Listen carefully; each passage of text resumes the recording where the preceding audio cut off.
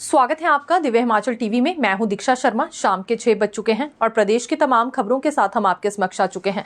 कई latest updates आज इस बुलेटिन में हम आपके साथ साझा करने वाले हैं। देखिए, खास तौर पर बड़ी बात करेंगे सीनियरिटी को लेकर, क्योंकि नियुक्ति की तिथि से वरिष्ठता का लाभ मिलने जा रहा है किस कैटेगरी को, और इसमें क्या इंक्रीमेंट से जुड़ा लाभ भी इन्हें दिया जाएगा या अन्य वित्तीय लाभों को लेकर भी बात करें तो स्थिति क्या है, पूरी जानकारी हम आपके लिए लेकर आए हैं। दूसरी बड़ी जानकारी मुख्यमंत्री के दिल्ली दौरे से जुड़ी आपको पहुंचाएंगे।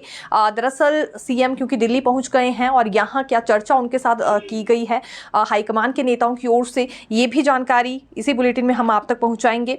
सीपीएस केस में नया मोड़ सामने आया है। फिलहाल तो सुनवाई को लेकर भी जानकारी देंगे कब होने वाली है, और अभी यहाँ कांग्रेस की ओर से क्या रणनीति इस पूरे मामले में तैयार की गई है। जेई और जीओआईटी की भर्ती होने जा रही है, किस विभाग में किस आधार पर, ये भी ताज़ा अपडेट हम आपके लिए लाए हैं। लेकिन शुरुआत मौसम से करना चाहेंगे, क्योंकि 50 दिन से ऊपर का ड्राई स्पेल हो गया है। अभी संभावना जताई गई थी कि 22 से 24 नवंबर के बीच बारिश बर्फबारी हो सकती है, लेकिन एक दफ़ा फिर ये आसार फीके पड़ गए हैं। और ये अब मौसम विज्ञान केंद्र की ओर से कहा जा रहा है कि वेस्टर्न डिस्टर्बेंस काफ़ी कमज़ोर है, यानी कि उस तरह से सक्रिय नहीं रह पाएगी, और बारिश बर्फबारी को लेकर अब बहुत कम संभावनाएं हैं ऊंची चोटियों पर भी, जिस वजह से आने वाले दिनों के लिए परेशानियां बढ़ रही हैं। जल शक्ति विभाग की कई पेयजल स्कीम्स प्रभावित हो सकती हैं अगर आने वाले 8 से 10 दिनों में भी बारिश बर्फबारी नहीं होती है। दरअसल ग्लेशियर्स जमने लगे हैं, क्योंकि सुबह शाम काफ़ी ज़्यादा ठंड होती है और नदियों का जलस्तर बहुत कम हो गया है। इस वजह से ये पेयजल स्कीम्स प्रभावित हो सकती हैं और विद्युत उत्पादन पर भी इसका बड़ा असर हमें देखने के लिए मिल सकता है। नदी नालों में पानी नहीं होगा, लाजमी सी बात है, हर वर्ग इससे फिर प्रभावित होगा। पीजी परीक्षाओं की फाइनल डेट शीट जारी कर दी गई है। हिमाचल प्रदेश विश्वविद्यालय की ओर से ये एक डोल की पीजी परीक्षाओं की फाइनल डेट शीट जारी हुई है। इस डेट शीट के मुताबिक एमए इकोनॉमिक्स पहले, दूसरे और तीसरे सेमेस्टर की परीक्षाएं 25 नवंबर से होंगी। एमए इंग्लिश की परीक्षाएं 25 नवंबर से 12 दिसंबर तक होंगी। एमए हिंदी की परीक्षाएं 25 नवंबर से 12 दिसंबर तक होंगी। वहीं एमए हिस्ट्री की 25 नवंबर से 14 दिसंबर तक होने जा रही है। राजनीतिक विज्ञान, लोक प्रशासन, M Sanskrit, MA sociology, MA mathematics, MCom पहले, दूसरे और तीसरे सेमेस्टर की परीक्षाएं 18 दिसंबर तक चलने वाली है। एचपीयू की ओर से ये पूरी डेट शीट विश्वविद्यालय की वेबसाइट पर डाल दी गई है, आप जाकर जानकारी चेक कर सकते हैं। आज मुख्यमंत्री के प्रधान मीडिया सलाहकार नरेश चौहान की ओर से बड़ी स्टेटमेंट दी गई है पूर्व जयराम सरकार पर। दरअसल नरेश चौहान का कहना है कि पूर्व में जयराम सरकार ने कुछ एचपीटीडीसी के होटल्स को बेचने की कोशिश की थी और अब इस पर वो जांच बिठाने का सुझाव देने वाले हैं, यानी कि पूरी जांच इस पर की जाएगी कि इन होटल्स को बेचने की उस वक्त बात हो रही थी और कितने होटल्स का सौदा भी पूर्व जयराम सरकार ने कर लिया था। वो अभी टिप्पणी कांग्रेस सरकार पर कर रहे हैं, जब से लेकर 18 होटल्स को बंद करने के आदेश जारी किए गए हैं हाई कोर्ट की ओर से। लेकिन ये बात भूल गए हैं नेता प्रतिपक्ष जयराम ठाकुर की, उन्होंने अपनी सरकार के दौरान क्या कुछ किया है।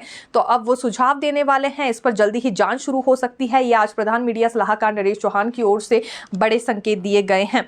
दूसरी बड़ी बात उन्होंने ये भी कही कि जो अभी ईडी की ओर से कार्रवाई की गई है कुछ एक कारोबारियों पर, उससे सरकार का कोई लेना देना नहीं है, और वैसे भी जिस राज्य में भाजपा की सरकार नहीं है वहां ईडी और आयकर विभाग की ओर से लगातार दबिश दी जाती है। ये तो भाजपा का पुराना हथियार है, ये पुराने यहाँ रणनीति इनकी ओर से है जो बार बार अपनाई जाती है। इनके इस तरह के हथकंडे बाकी राज्यों में भी अपनाए जा रहे हैं, यहाँ भी ईडी और आयकर विभाग की ओर से दबिश दिलवाई जा रही है।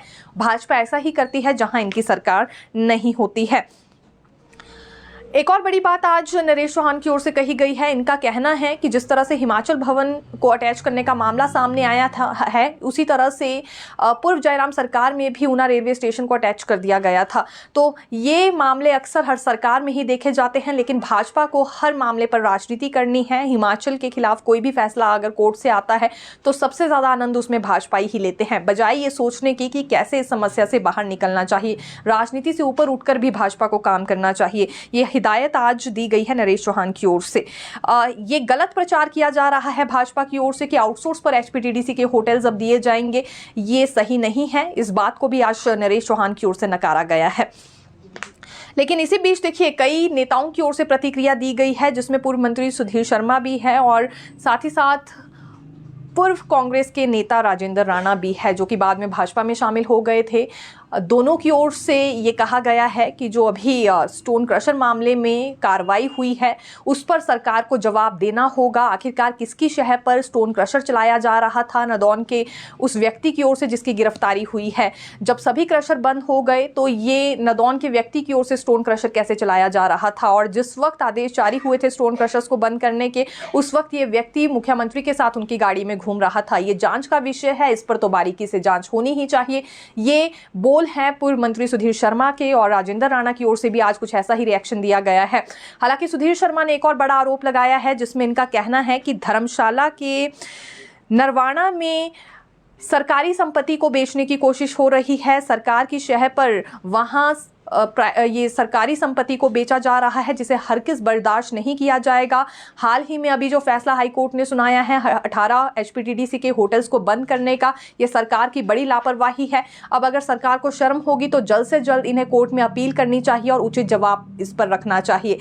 40% ऑक्यूपेंसी में ये 18 होटल्स चल रहे हैं। सिर्फ इस एक बात के चलते इन्हें बंद नहीं किया जा सकता है क्योंकि इससे कई वर्ग प्रभावित होंगे। एचपीटीडीसी के होटल्स में आम लोगों समेत कई वीआईपी ठहरने के लिए आते थे क्योंकि दाम भी अच्छे हैं और इसमें कुछ गतिविधियां भी करवाई जाती हैं और साथ ही साथ बाकी सुविधाएं भी मिलती हैं, इसलिए इससे कई वर्ग प्रभावित होंगे। ये होटल्स बंद नहीं होने चाहिए और यहाँ के स्टाफ को भी इससे कई तरह की परेशानियां आने वाली है। ये इनकी ओर से सजेशन दिया गया है कि जल्द ही सरकार को इस मामले में कोर्ट में अपील करनी चाहिए और सही जवाब दायर करना चाहिए। महज 40% ऑक्यूपेंसी देखते हुए 18 होटल्स को बंद करना ठीक नहीं है। जो सरकारी संपत्ति है ये महत्वपूर्ण रोल निभाती है हिमाचल प्रदेश में या हर राज्य में ही। मंत्री विक्रमादित्य सिंह ने भी देखिए आज बड़ी बात कही है। उनका कहना है कि हाईकोर्ट ने भले ही आदेश सुनाया है कि 40% ऑक्यूपेंसी है इसलिए बंद किया जा रहा है 18 होटल्स को, लेकिन 18 होटल्स को बंद कर देना सॉल्यूशन नहीं है, बल्कि इसे घाटे से कैसे उभारना है इस पर हमें विचार करना चाहिए और सरकार कर भी रही है। इसके लिए कमेटी का गठन हुआ भी है। लेकिन उदाहरण के तौर पर मंत्री विक्रमादित्य सिंह ने भी यही कहा कि जैसे यहाँ चाइल्ड पैलेस है वहाँ अन्य गतिविधियाँ भी हो रही हैं। महज ऐसा नहीं है कि सिर्फ ऑक्यूपेंसी पर ही ध्यान दिया जाए, जो अन्य गतिविधियाँ की जा रही हैं इन होटल्स में उस पर भी अगर गौर किया जाए तो काफ़ी रेवेन्यू जनरेट हो रहा है।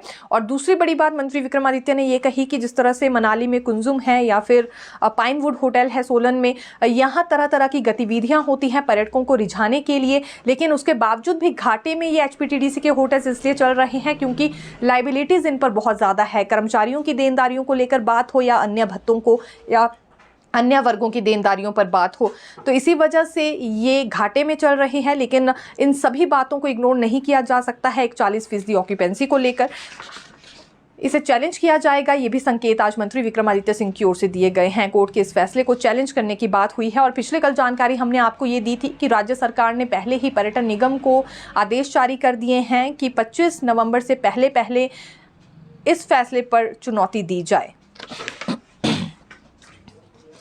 देखिए आईजीएमसी में निःशुल्क टेस्ट नहीं होंगे। अभी तक मौजूदा समय में निःशुल्क टेस्ट ही होते आ रहे थे, लेकिन अब ये निःशुल्क टेस्ट वाली प्रक्रिया बंद हो सकती है। कारण ये है कि रोग कल्याण समिति के साथ आईजीएमसी प्रशासन की बैठक हुई है और इसमें तय ये हुआ है कि मिनिमम फीस यहाँ पर आम लोगों से ली जा सकती है, जिसके बाद रोग कल्याण समिति के पास अपना बजट होगा। ये बात इसलिए रोग कल्याण समिति की ओर से कही गई क्योंकि उनके पास बजट नहीं होता है। अभी बहुत सारे टेस्टों को लेकर किट मौजूद नहीं है, जिस वजह से वो टेस्ट नहीं हो पा रहे हैं। यदि मिनिमम फीस लेनी शुरू कर दी जाएगी तो उसके बाद अपना बजट रोग कल्याण समिति के पास होगा और कोई भी टेस्ट की सुविधा बंद नहीं हो पाएगी। हालांकि अभी तक ऐसा कुछ हुआ नहीं है, ये महज इन्होंने चर्चा की है। कोई फाइनल डिसीजन इस पर सरकार की ओर से या प्रशासन की ओर से नहीं लिया गया है। स्वास्थ्य मंत्रालय की टीम भी देखिए शिमला पहुंची थी। आईजीएमसी और डीडीयू में इनकी ओर से निरीक्षण किया गया है। डीडीयू में निरीक्षण करने के लिए ये स्वास्थ्य मंत्रालय की टीम सबसे पहले पहुंची, जहां इन्होंने हर वार्ड में हर ओपीडी में जाकर निरीक्षण किया और उसके बाद मरीजों से फीडबैक भी ली। इस टीम की ओर से एक रिपोर्ट तैयार कर ली गई है जो कि मंत्रालय को भेजी जाएगी। दूसरी बड़ी बात कि आईजीएमसी में भी ये टीम गई और वहाँ बच्चों को किस तरह की सुविधाएं दी जा रही हैं या नेशनल प्रोग्राम के तहत जो जानकारी लेने के लिए आए थे वो भी इनकी ओर से ली गई है। अब ये रिपोर्ट भी पूरी स्वास्थ्य मंत्रालय को सौंपी जाएगी। इसके बाद पता चल पाएगा कि टीम को कितने ज़्यादा सेटिस्फाइड ये दोनों अस्पतालों के प्रशासन कर पाए हैं। मुख्यमंत्री सुखू दिल्ली पहुँच गए हैं और बड़ी बात यह है कि बिलासपुर में 2 साल का जश्न मनाया जा रहा है। इसका इनविटेशन देने के लिए ही हाईकमान के नेताओं के पास गए हैं, लेकिन संगठन को लेकर भी एक खास चर्चा हुई है। इस पर भी जानकारी हम आप तक पहुंचाएंगे। दरअसल जो संगठन को लेकर आज एक मीटिंग हुई है या बड़ी हलचल नजर आई है, वो शिमला के कांग्रेस कार्यालय में देखने में आई और प्रतिभा सिंह की ओर से इस पूरे मामले में क्या कुछ कहा गया है ये भी अपडेट देंगे। लेकिन उससे पहले आपको ये बता देते हैं कि 2 साल के जश्न को लेकर क्या प्रतिक्रिया सामने आ रही है, क्योंकि मुख्यमंत्री सुखू दिल्ली गए हैं और उनका ये दिल्ली जाने का मेन मकसद बताया जा रहा है कि 2 साल के जश्न के लिए निमंत्रण देने के लिए गए हैं हाईकमान के नेताओं को। अब इस पर भाजपा विधायक रणधीर शर्मा ने कहा है, बिलासपुर में आज उनकी ओर से प्रेस वार्ता की गई और उनका कहना था कि आखिरकार 2 साल का जश्न मनाया क्यों जा रहा है। 2 वर्षों में महंगाई बढ़ी है, बेरोजगारों को रोजगार नहीं दिया गया है, हर चीज़ पर टैक्स लगा दिया गया है, बिजली पानी महंगा कर दिया गया है और तो और शौचालय टैक्स भी ये सरकार लगाने जा रही थी, लेकिन विरोध हो गया इसलिए नहीं लगाया। तो यहाँ कोई हक नहीं है सरकार को 2 साल का जश्न मनाने का। ये जश्न तब मनाया जाना चाहिए था अगर कोई बड़ी उपलब्धियां सरकार के पास होती, लेकिन कोई भी बड़ी उपलब्धि नहीं है। जो कहते हैं वो कभी धरातल पर उतरता नहीं है। सिर्फ संस्थान बंद किए गए हैं, टैक्स लगाए गए हैं, बिजली पानी महंगा किया गया है और रोजगार छीना गया है। इस बात पर क्या जश्न मनाएंगे? इन्हें जश्न मनाने का अधिकार नहीं है। ये बड़ी स्टेटमेंट आज रणधीर शर्मा की ओर से दी गई है। इसी बीच एक और जानकारी देखिए हम आपको देंगे, ये हालांकि शिक्षकों से जुड़ी बात है। सीएनवी अध्यापकों की ओर से विरोध जताया जा रहा है उस अधिसूचना को लेकर जो कि 16 नवंबर 2024 को जारी की गई थी। ये आज प्रारंभिक शिक्षा विभाग के निदेशक से मिले हैं, आशीष कोहली से, और इस बीच सीएनवी शिक्षकों की ओर से ये मांग उठाई गई है कि जो अतिरिक्त कार्यभार देने पर इन्हें बात हुई है अधिसूचना में वो जायज़ नहीं है। और तो और कुछ स्कूल प्रमुखों ने अधिसूचना जारी होते ही सीएनवी को ये काम देना शुरू भी कर दिया। इनके पास पहले से ही अतिरिक्त कार्यभार था और अब और ज़्यादा गैर शैक्षणिक कार्य इन्हें दिए जा रहे हैं। हालांकि इस बीच प्रारंभिक शिक्षा विभाग के निदेशक का ये कहना था कि टीजीटीज़ को पूरी तरह से अतिरिक्त कार्यभार से फ्री करना है ताकि वो बच्चों की पढ़ाई पर फोकस कर सके। बच्चों की परफॉर्मेंस 0 के मुकाबले देखने के लिए मिल रही है, तो यही वजह है कि टीजीटीज़ क्लास में ही पूरी तरह से फोकस कर सके, इसलिए उनसे कार्यभार लिया जा रहा है। लेकिन फिर भी मिनिस्ट्रियल स्टाफ को इसमें प्रायोरिटी पर रखा गया है, यानी कि मिनिस्ट्रियल स्टाफ को ही इसमें सबसे पहले अतिरिक्त कार्यभार देने का जिम्मा दिया गया है स्कूल प्रमुखों को, और उसके बाद जो काम बचेगा सीएनवीज़ को दिया जाएगा। लेकिन इस फैसले का काफ़ी ज़्यादा विरोध सीएनवी कर रहे हैं। ये राजकीय भाषा अध्यापक संघ ने आज मुलाकात की है और उनका कहना है कि बात मिनिस्ट्रियल स्टाफ की या सीएनवी की नहीं है, अतिरिक्त कार्यभार के लिए अतिरिक्त स्टाफ होना ज़रूरी है। आखिरकार ये शिक्षकों की ओर से ही ऐसे दायित्व क्यों निभाए जाएं। Town and country planning department में आउटसोर्स आधार पर भर्ती होने जा रही है और वो भी जेई और जेओईआईटी की पोस्ट पर। ये देखिए 6 पोस्टें भरी जाएंगी। इसमें जूनियर इंजीनियर की पोस्ट कसौली में भरी जाएगी और अम में। ये दरअसल एक पोस्ट खाली की गई है जूनियर इंजीनियर की कसौली और अम में। अगर जेओईआईटी की पोस्ट की बात करें तो ये डायरेक्टरेट में, नाहन में, रामपुर में और पालमपुर में 4 पोस्टें भरी जाएंगी एक, यानी कि 6 पोस्टें हैं कुल मिलाकर, जिसमें 2 जेई की हैं और जेओईआईटी की 4 पोस्टें हैं। 4 में डायरेक्टरेट, नाहन, रामपुर और पालमपुर में पोस्ट भरी जा सकती है आउटसोर्स आधार पर, लेकिन ये भर्ती हो रही है। बड़ी जानकारी ये है कि आउटसोर्स आधार पर जेई और जेओईआईटी की भर्ती अब होने जा रही है। जल्दी ही इस पर भी कोई प्रतिक्रिया हालांकि सामने आ सकती है, लेकिन आज जो फिलहाल जानकारी आई है पोस्टों से रिलेटेड वो हमने आपको अपडेट दी है। इसी तरह से town and country planning department में और भी कुछ एक पोस्ट भरी जा रही है और इस बारे में इलेक्ट्रॉनिक डेवलपमेंट कॉरपोरेशन को पत्र लिखा गया है मैन पावर उपलब्ध करवाने के लिए। ये कितनी पोस्ट है, कौन कौन सी डेजिग्नेशन है, आपको जानकारी दे देते हैं। इसमें भी जूनियर इंजीनियर की एक पोस्ट है पालमपुर में और यहाँ इलेक्ट्रॉनिक डेवलपमेंट कॉरपोरेशन को मैन पावर उपलब्ध करवानी होगी। इसी तरह से जूनियर ड्राफ्टमैन की धर्मशाला में पोस्ट भरी जानी है। ये भी महज एक ही पोस्ट है और इलेक्ट्रॉनिक डेवलपमेंट कॉरपोरेशन के जरिए ही भरी जाएगी। जूनियर ऑफिस असिस्टेंट जेओईआईटी की पोस्ट भरी जाएंगी 6 और ये 2 धर्मशाला में है, एक मनाली में, एक नदौन में, एक सोलन में, एक कुल्लू में। ये इलेक्ट्रॉनिक डेवलपमेंट कॉरपोरेशन के जरिए 6 की 6 पोस्ट भरी जाएंगी जेओईआईटी की। और चेयरमैन की एक पोस्ट मनाली में भरी जाएगी। ये town and country planning departments में ही सारी पोस्ट भरी जाएगी, लेकिन कुछ एक पोस्ट जैसे इसमें 9 पोस्ट हैं तो ये इलेक्ट्रॉनिक डेवलपमेंट कॉरपोरेशन के माध्यम से भरी जाएगी। चेयरमैन की भी एक पोस्ट मनाली में इलेक्ट्रॉनिक डेवलपमेंट कॉरपोरेशन के माध्यम से ही भरी जाएगी। और इससे पहले की जो हमने अन्य 6 पोस्ट को लेकर आपको जानकारी दी वो इलेक्ट्रॉनिक डेवलपमेंट कॉर्पोरेशन के माध्यम से हालांकि नहीं भरी जा रही है। इस बारे में इलेक्ट्रॉनिक डेवलपमेंट कॉर्पोरेशन को कोई पत्र नहीं लिखा गया है।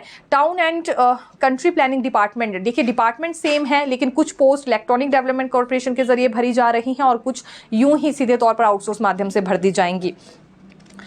इसी तरह से जल शक्ति विभाग में भी अब कनिष्ठ अभियंताओं की जगह कार्य निरीक्षकों की भर्ती होने जा रही है। इस संबंध में जल शक्ति विभाग के अतिरिक्त मुख्य सचिव ने प्रमुख अभियंता को पत्र भेजा है। विभाग ने राज्य सरकार को कनिष्ठ अभियंताओं की भर्ती को लेकर आवेदन भेजा था। इस पर राज्य सरकार ने कार्य निरीक्षकों की योग्यता को बढ़ाने की बात कही है। वर्क इंस्पेक्टर को योग्यता के आधार पर कनिष्ठ अभियंता पद पर पदोन्नति के लिए प्रस्ताव किया जाएगा।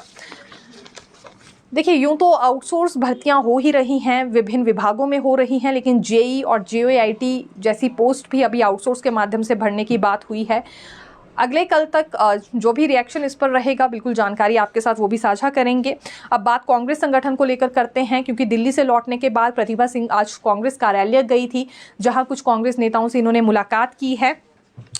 कार्यालय में अनुसूचित जाति आयोग के अध्यक्ष कुलदीप कुमार व आयोग के सदस्य एडवोकेट दिग्विजय समेत अन्य से मुलाकात इन्होंने की और संगठन के गठन को लेकर चर्चा भी की है। इसके उपरांत हिमुडा के उपाध्यक्ष यशवंत छाजटा, पूर्व विधायक आदर्श सूद, कांग्रेस नेता देवेंद्र बुशहरी, अमित नंदा, अमित भरमौरी, विनोद जिंटा, सारचंद मत्राट, रामपाल सहित कई अन्य लोगों ने इनसे भेंट की है।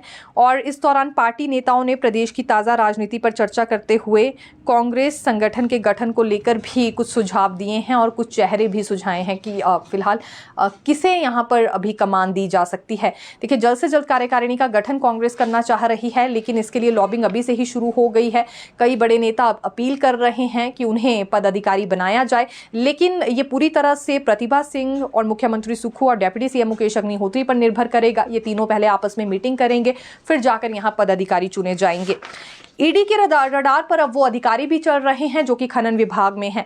ईडी ने बड़ी कार्रवाई की है नदौन के एक व्यक्ति पर जिसका नाम ज्ञानचंद है, और ये अवैध रूप से खनन कर रहे थे। करोड़ों की आय इसने अर्जित कर ली है, जिसके बाद गिरफ्तारी हुई है। हालांकि तार केवल हिमाचल प्रदेश में नहीं अवैध खनन को लेकर थे, बल्कि हिमाचल से लेकर यूपी तक ये तार इसके जुड़े हुए थे। कई तरह की जानकारियां उसके बाद सामने आई हैं 12 जगह, क्योंकि ईडी की ओर से छापे मारे गए, कई साक्ष्य ईडी ने जुटा लिए हैं। लेकिन ठीक इसके बाद संबंधित विभाग के अधिकारियों पर भी सवाल उठाए जा रहे हैं, इनकी कार्यप्रणाली पर भी सवाल उठ रहे हैं और अब ईडी के रडार पर ये अधिकारी भी चल रहे हैं। कुछ एक औपचारिक शिकायतें और खुफिया सूचनाएं भी अधिकारियों से संबंधित ईडी के पास आई हैं, जिसके बाद अब ईडी की ओर से कार्रवाई की जाएगी इन शिकायतों को लेकर भी। आने वाले दिनों में मामला और ज़्यादा गर्मा सकता है। ये मामला भी शांत नहीं होगा, क्योंकि लगातार नए खुलासे इस केस में हो रहे हैं। सीनियरिटी से जुड़ी बड़ी जानकारी अब आपको देते हैं।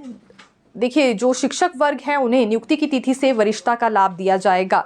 ये बात हमने पहले भी कह दी थी, लेकिन इसके बाद आदेश ये जारी हो गए हैं कि नए सिरे से अब इनकी सीनियरिटी लिस्ट तैयार होगी, यानी कि नए सिरे से इनकी सीनियरिटी को अब ड्रॉ किया जाएगा और ये जल्दी ही प्रक्रिया शुरू होने वाली है।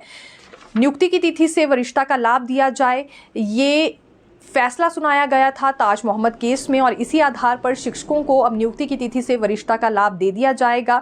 हालांकि इसमें वो शिक्षक नहीं आएंगे जिनकी भर्ती किसी अन्य पॉलिसी के तहत हुई है। यदि नॉर्मल RNP रूल्स के तहत शिक्षक भर्ती हुए हैं तो फिर ही उन्हें कॉन्ट्रैक्ट की अवधि से सीनियरिटी का लाभ दिया जाएगा। लेकिन अन्य किसी पॉलिसी के तहत जो शिक्षक आए हैं, जिसमें पैरा हैं, पैर टीचर्स हैं या पीरियड आधारित टीचर शामिल हैं, PTA हैं, इन्हें इसका लाभ नहीं मिलने वाला है, क्योंकि अन्य पॉलिसी के तहत भर्ती हुए थे। फिर बाद में इनके लिए ये रास्ता निकाला गया था कि विभाग के दायरे में सीधे तौर पर आ सके। अब देखिए बात सीनियरिटी को लेकर तो हो गई कि शिक्षकों को सीनियरिटी का लाभ मिलेगा। इसके लिए नए सिरे से सीनियरिटी लिस्ट भी तैयार की जा रही है, नए सिरे से ड्रॉ करने के आदेश हुए हैं टीचर कैडर के लिए सीनियरिटी पर। लेकिन जो अन्य लाभ है, इंक्रीमेंट की बात है, 4-9-14 है या टाइम स्केल है, ये लाभ दिए जाएंगे या नहीं, ये फैसला सरकार को लेना है। मामला सरकार के पास पेंडिंग है, सरकार का ही इस पर अभी फाइनल डिसीजन होना है कि अन्य लाभ दिए जाएंगे या नहीं। अन्य वित्तीय लाभों को लेकर अब क्या डिस्कशन होती है, ये राहत इन कर्मचारियों को मिल पाएगी या नहीं, देखना काफ़ी ज़्यादा रोचक रहेगा, क्योंकि लगातार कोर्ट में भी एक ही बात कर्मचारियों की ओर से कही गई, शिक्षकों की ओर से कही गई कि नियुक्ति की तिथि से वरिष्ठता का लाभ दिया जाए। सीनियरिटी पर ही इन्होंने फोकस किया, जिसके बाद सीनियरिटी लिस्ट अब नए सिरे से तैयार भी हो रही है। लेकिन अन्य वित्तीय लाभ जो हर शिक्षक चाहेगा ही कि उसे मिले, ये फैसला अभी सरकार के पास पेंडिंग है। सरकार ही इस पूरे मामले में डिसीजन लेगी। इस पर अभी कुछ कहा नहीं जा सकता है कि ये इंक्रीमेंट से जुड़ा या 4914 से जुड़ा लाभ इन्हें दिया जाएगा या नहीं। तो फिर मिलेंगे नई खबर के साथ। देखते रहिए दिव्य हिमाचल टीवी। धन्यवाद।